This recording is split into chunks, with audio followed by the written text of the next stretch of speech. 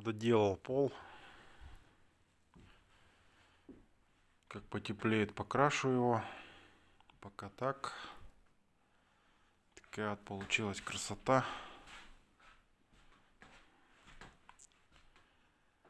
Сейчас по плану зашить вот эту стенку.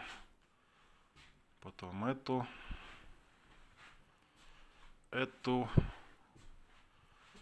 Ну и как потеплеет, уже эту буду утеплять пенопластом с пеной монтажной. Тоже ее обошью. И займусь электричеством. То эта паутина уже надоела мне тут. Вот пока все.